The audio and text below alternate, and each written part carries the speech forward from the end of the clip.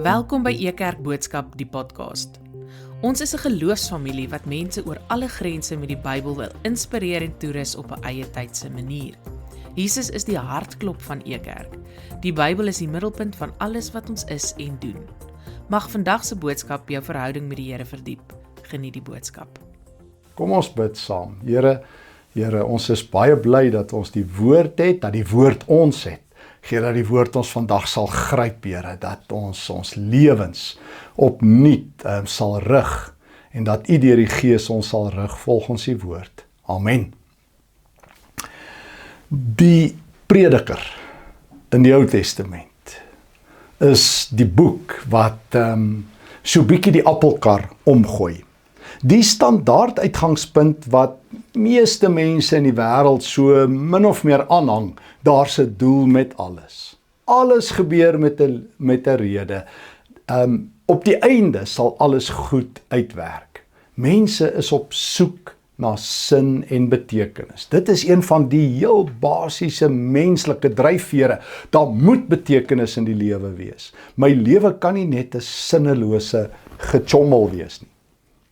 En tog is dit die Prediker wat, hou jou hart vas, 38 keer sinloosheid deur die loop van sy boek gebruik. Ja, en terloops, ons gaan vir die volgende paar weke, ek self en Peer Engelbreg, gaan ons so 'n bietjie reise deur die boek Prediker met sy 12 hoofstukke onderneem. En ons gaan vandag by Prediker 1 en 2 stil staan.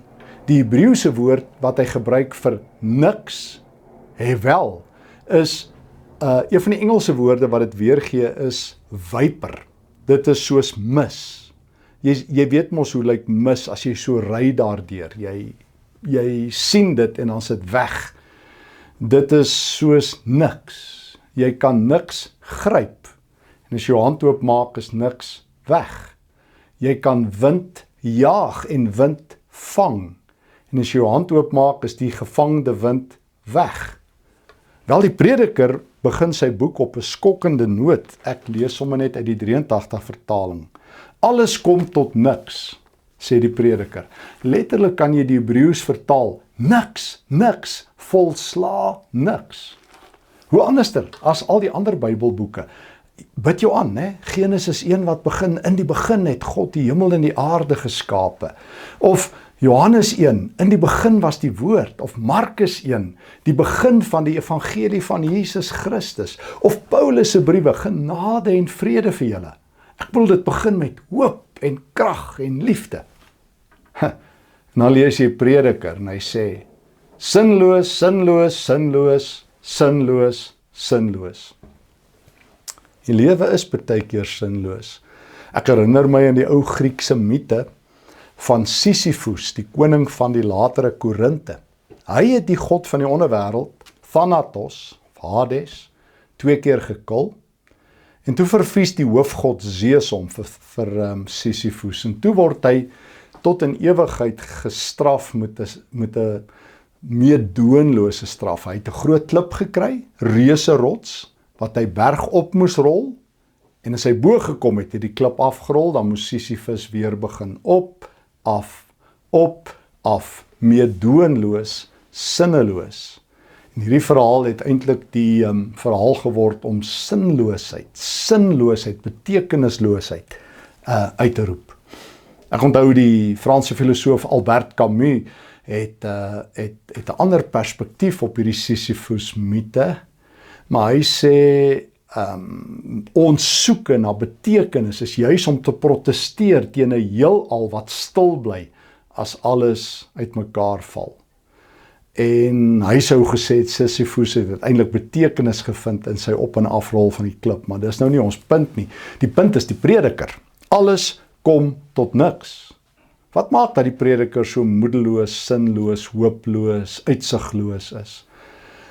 Wel, die interessante is, hy gebruik die sloergang, die herhalendheid van die lewe, die same old, as die rede in hoofstuk 1, hoekom hy eintlik moedeloos is. Hy sê, vers 3, Wat kry 'n mens vir sy geswoeg in hierdie wêreld? Geslagte kom en geslagte gaan, maar die wêreld bly dieselfde. Die son kom op, die son gaan onder. En dan haas hy hom weer na waar hy opkom. Die wind waai suid, draai noord, waai hierheen en daarheen en dan waai hy maar weer. Die water loop en kry nooit klaar geloop nie. Alles is hierdie reëlmaat. Dit lyk amper soos of AI alles geprogrammeer het, of dit 'n rekenaarprogram is. Selfs die natuur waaroor die res van die Ou Testament juig, is nou vir die prediker 'n sinnelose herhaal, en ons is almal vasgevang in hierdie wat was, sal wees. Alles gaan maar dieselfde. As 'n tweede rede. So die eerste is hierdie sloergang. Die prediker het nog nie eers gaan kyk na dit wat ons in Suid-Afrika beleef. Korrupsie, misdaad, diefstal, onreg, hooploosheid nie. Hy vat sommer net die normale lewe en dan sê hy, dit is sinneloos en sinloos en betekenisloos. En dan vat hy sy eie lewe uit, 'n stukkie autobiografie as jy wil, veral in Prediker 2, nadat hy vertel het, hy was die koning en hy is die wysste ou ooit, het hy 'n klompie roetes probeer om sin te skep. Sy heel eerste roete, Prediker 2 vers 1. Ek het by myself gedink, laat ek my oorgee aan plesier. Die Hebreëse woord vir plesier hier, simcha, dit kan immoreel wees, maar dit is net 'n soort hedonisme. Nou, hedonisme is 'n groot woord vir die filosofie wat sê, die lewe gaan oor plesier. Jy leef om dit te geniet. Eet, drink en leef lekker. Soos wat die prediker ook self sê, hier in Prediker 2. Gaan vir genot. En toe probeer hy plesier, en dan weeg hy dit, en dan sê hy weer 'n keer van lag, Prediker 2:2, moes ek sê sinloos, en weer 'n keer het ek wel gegryp, sinneloosheid. So plesier werk nie. Vers 3, toe gee hy hom oor aan wyn. Ek het gewonder wat sal gebeur as ek my aan wyn oorgee. Ek wonder altyd hoekom het hy gewonder. Mense kan sien wat gebeur as ouens hulle aan wyn oorgee. As hulle sê, wyn, hier kom ek, vang my. Jy weet, hulle word nuwe mense, maar nie in die Bybelse sin van die woord nie. En dan gaan hy verder, hy sê, ek het my toe aan geld oorgegee, ek het ondernemings aangelê, hy het hom toe aan immorele verhoudings oorgegee, ek het vir my sangers en sangeresse gekry, met wie ek die lewe kon geniet, en toe het hy baie suksesvol geraak, vers 9, ek was magtiger en ryker as almal voor my in Jerusalem, en hier sy lewensfilosofie gewees, die wat baie mense graag in die wêreld vandag wil hê. Vers 10, Prediker 2, alles wat ek begeer het, het ek my veroorloof. Ek het my geen plesier ontsê nie. Alles waarmee ek my besig gehou het, het my plesier verskaf. Dit was my beloning vir my inspanning. Hoe sê die ouens altyd, werk hard, speel hard. Ek verdien dit. Ek het al mense met my eie ore hoor sê, as hulle immoreel lewe, dit is my beloning vir my harde werk. Geld en mag en immoraliteit is mos maar die dryfvere. En 'n klomp hiervan het hy gaan najag. Nie alles wat hy gedoen het is per se immoreel nie. Hy is nie besig om te sê hy was 'n totale immoralist nie. Hoofstuk 2 sê net, ek het gaan eksperimenteer. Want die lewe is sinloos.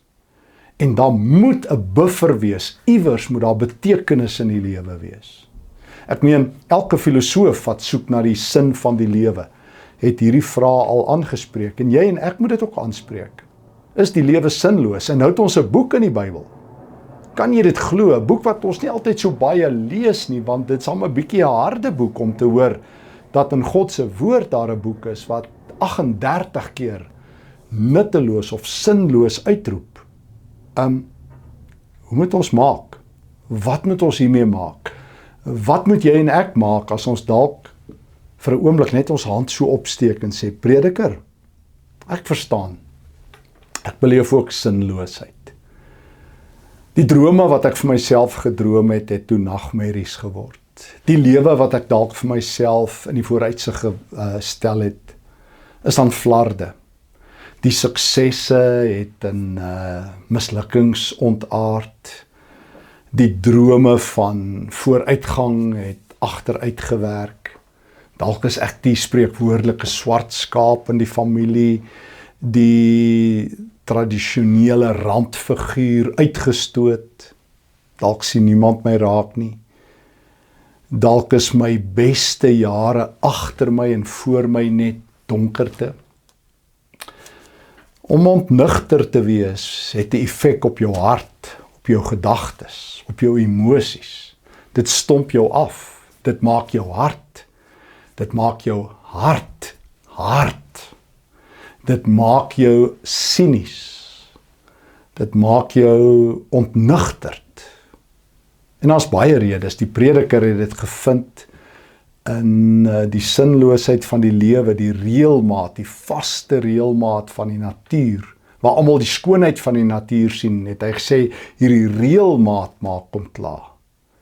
En sy eie ontdekkingstogte, waar hy gaan soek het na sin, na betekenis, het niks opgelewer nie. Hoor net, hy sê, vers 11, toe ek goed nadink, Prediker 2 vers 11, oor alles, waarmee ek my met soveel sorg besig gehou het, het ek gesien, alles is niks, wel, alles is niks. Daar's nie 'n doel met alles nie, alles is doelloos, het hy uitgeroep, 'n gejaag na wind, in hierdie wêreld bevredig niks. Wow, hy het dit alles probeer, hy was daar, hy het alles probeer, geld, mag, plesier, drank, seksualiteit wat immoreel gebruik word, jy noem dit het nie gewerk nie. En daar sit hy. Daar het hy maar net weer 'n klip wat hy teen die berg oprol, rol het weer af, want dan gaan hy maar weer een dag soos die ander, elke dag nuwe kwaad, elke dag nuwe moeilikhede. Ek dink dis Asaf wat dit ook sê in Psalm 73. Elke dag het maar net weer 'n nuwe dosis moeilikheid gebring, toe hy ook amper sy geloof verloor het. Maar die prediker hou nie hier op nie. Die prediker gaan soek totdat hy iets van God hoor. En dis ook maar ek dink hierdie boek in die Bybel is, want die prediker hou aanklop en dan hoor hy die volgende. Mag ek dit saam met jou lees? Hy sê nadat hy in vertwyfeling verval het, Prediker 2 vers 20. Ek het in vertwyfeling geraak oor alles waarmee ek my met soveel sorg in hierdie wêreld besig gehou het. En hy het tot die konklusie gekom, vers 23, elke dag bring net pyn en ergernis, en die nagte bring geen rus nie. En hy het besef, hy kan nie so aangaan nie. En nou hierdie wending, hierdie aangrypende wending, wat ons keer op keer in die prediker hoor, ten minste 5 keer. En dit begin die eerste keer in Prediker 2 vers 24. Dit is nie aan 'n mens self te danke dat hy kan eet en drink en onder al sy arbeid nog die goeie kan geniet nie. Ek het ingesien, dit is 'n gawe van God. Wie kan eet, wie kan geniet, as God dit nie moontlik maak nie. Vir die mens met wie se lewe God tevrede is, gee hy wysheid en kennis en blydskap. Die prediker gebruik die woord wat ons in die afgelope 2 jaar al moes geleer ken het by E-Kerk se Bybelskole. Die woord goed, toof. Jy sal weet, of dalk is jy ook daarbey betrokke, ons het elke Vrydagoggend 'n kort Bybelreis oor God se goedheid. En die Hebreëse woord vir goedheid is toof. God se goedheid. Maar ons kan dit ook vertaal, veral by die prediker, as plesier, pleasure. En die woord toof word 3 keer hierso gebruik. Die mens is, mens kan Prediker 2 vers 24 op een van 2 maniere vertaal. Die 83 vertaling het gekies vir, dit is nie aan 'n mens self te danke nie. Mens kan die Hebreëus ook vertaal soos die 2020 vertaling, ek dink dit doen in Afrikaans, daar's niks beter vir 'n mens nie, as om te eet en te drink. En ek hou van die tweede moontlikheid, dit lyk baie logies. Daar is niks beter, niks goeder, as jy wil, niks meer toof, niks beter vir die mens, as om te eet en te drink, en die goed in sy arbeid te geniet nie, soos wat dit lyk die Hebreëus uitspeel. Die prediker het oral gesoek, hy het aan hierdie deur geklop, aan daai deur, hy het sin gesoek in geld, in besittings, in wysheid, in mag, in vroue, in drank, jy noem het. Hy was daar en hy het die T-hemp gekoop om te bewys hy was daar. Geen gevrede nie. En toe kom hy agter. Daar's niks beter vir 'n mens as om te eet, te drink en te werk nie. Dit is 'n geskenk by wyse van Spreuke uit God se hand. Nee, nie te eet en te drink soos wat baie ouens dit doen, hedonisties, vrate van hulle self te maak en dronklappe te wees nie, om in die teenwoordigheid van God te eet en te drink en te werk. Om God as die eregas en die gasheer te nooi nie. Ek sê dit baie, want ek het dit vir myself leer sê, vandat ek die prediker gelees het jare gelede, dat kos lewensbelangrik is. Ek leef om te eet en ek eet om te leef, het een van my vriende een keer gesê. Ek dink, hy is nie besig om te sê ons moet onsself ooreet nie. Hy's 'n fyn grens. Hy kies nie vir hedonisme, eet, drink en gaan maal nie. Hy kies vir 'n eet en plesier in die teenwoordigheid van die Here. Hy kies doelbewus om God se goedheid ook as plesier weer te gee. Om in God se teenwoordigheid plesier te hê. En ek dink dit is so 'n bietjie 'n vreemde konsep in die Christendom. Ons dink so 'n bietjie God is daarteen, maar God wil juis sê dat ons die goeie, sy goeie moet geniet. En daarom is daar niks beter nie, as om saam met God aan 'n tafel te sit. Wanneer jy God wil sien, hoe sê Leonard Sweet een keer, Jesus het verhoë, hy het die stage ingeruil vir die etenstafel. Jesus se beste leringe was om etenstafels, het ons al vir mekaar gesê in die Lukas Evangelie, en nou kom die prediker en sê, as niks beter nie. Wil jy sin in die lewe hê? Eet en drink en werk in die teenwoordigheid van God. Hulle sê meer as 80% van mense in die wêreld sal as hulle nou 'n kans het, 'n ander werk vat. Ek wil nie eens praat oor hoeveel mense in Suid-Afrika wil dit sê nie. Hulle sê baie geestelike leiers, ek het al studies gelees wat verstommende statistieke het, as hulle nou 'n ander werk aan doen, sal hulle loop. Hoe is dit dat mense soos my oupa gesê het, sielsongelukkig in hulle werk is? Dis diep, né? Sielsongelukkig. Terwyl as jy dit vir die Here doen, soos Paulus oor en oor selfs vir slawe leer in sy briewe, werk vir die Here, doen wat jy doen vir die Here. Kolossense 3, of jy eet of drink, 1 Korintiërs 10, doen dit vir die Here. Nooi die Here as die eregas en die gasheer. Elke ete, elke stukkie brood, elke koffie, elke oomblik wat jy kuier, Here, U is die eregas. Ons sê nie vir U, gaan wees met ander mense nie, sal U bly, sal U saam met ons kuier. So hier is die heel eerste ding, kos en werk is daar's niks beter as om dit te hê nie. Dis in die eerste stap van sin in die lewe. Wie kan eet, vers 25, wie kan eet en geniet? Wie kan goedheid beleef as God dit nie moontlik maak nie? So, wanneer jy kies vir hierdie roete, kies jy vir God. God gee vreugde. God gee genot. God gee goed. Dis die prediker se punt. En vir die mens met wie se lewe God tevrede is, vir die goeie mens, dis 'n verskriklike mooi Hebreëse woord wat hy hier gebruik. Die Hebreëse woord vir mens is mos Adam. En ek het nou al gesê die woord vir goed is toof. Letterlik die Adam wetoof, die goeie mens, die mens in goedheid, As God jou 'n goeie mens beskou, as hy vreugde in jou het, dan gee hy vir jou nog iets by elke ete. Hy gee vir jou wysheid en kennis en blydskap. Vroeër moes die prediker om flou werk vir wysheid. Hy moes universiteit toe gaan, nou gaan hy etenstafels toe. Hy moes kursusse toe gaan, nou gaan sit hy by God. En dan gee God vir hom by wyse van Spreuke dit in sy slaap, soos die Here in een Psalm ook vir ons leer. So God sê eet, daar loop jy om raak. Werk hard tot sy eer, daar gaan jy om raak loop. En dan gaan hy vir jou vreugde gee.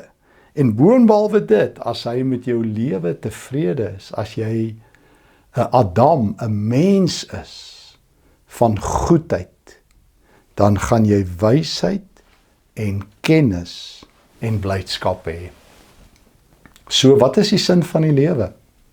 Wel, die prediker sê, alles is niks, is 'n gejaag na wind, is 'n gechommel.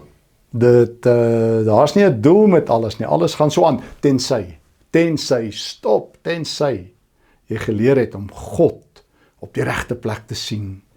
Daar waar God brood gee, en daar waar gelowiges dit eet, en daar waar God die eregas en die gasheer is, daar waar God by die tafel nie net die seëninge uitdeel nie, maar alle goeie gawes, soos Jakobus 1 vers 18 dit sê, met jou deel, daar waar hy wysheid en kennis en blydskap uitdeel. So die sin van die lewe, gaan jy nie vind deur jou 50 things to do before you die af te merk nie. Gaan doen jou dinge, gaan besoek die wêreld, maar jy gaan nooit gelukkig wees, as jy nie jou voete onder God se tafel insit nie. Jy gaan nooit gelukkig wees, as jy nie aanmeld en sê, Here, dit wat ek doen, my werk, al is dit 'n geringe werk, al is dit nie my dream job nie, ek doen dit vir U. Jy gaan nooit gelukkig wees, as jy nie toelaat dat God se vreugde en God se blydskap en God se kennis jou lewe oorspoel nie. God sê, ek gee dit vir almal met wie ek tevrede is. So as jy diep ongelukkig is, as jy sielsongelukkig is, moet jy gaan vra, is God met my lewe tevrede?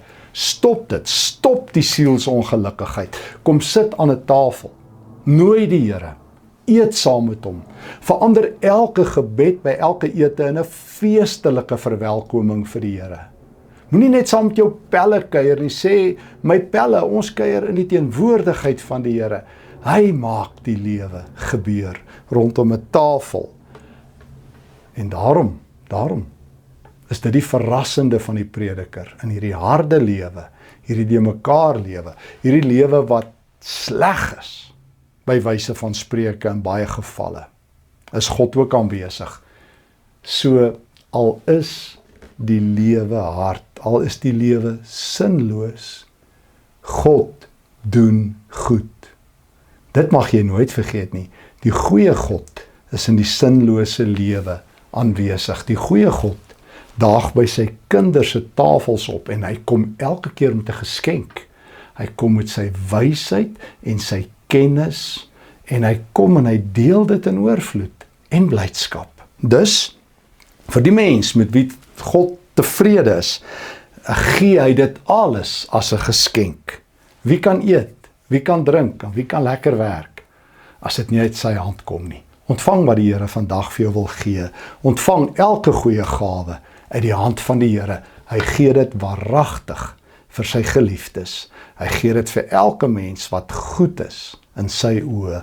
Hoor die Here se woord en lewe sinvol in die teenwoordigheid van die goeie God.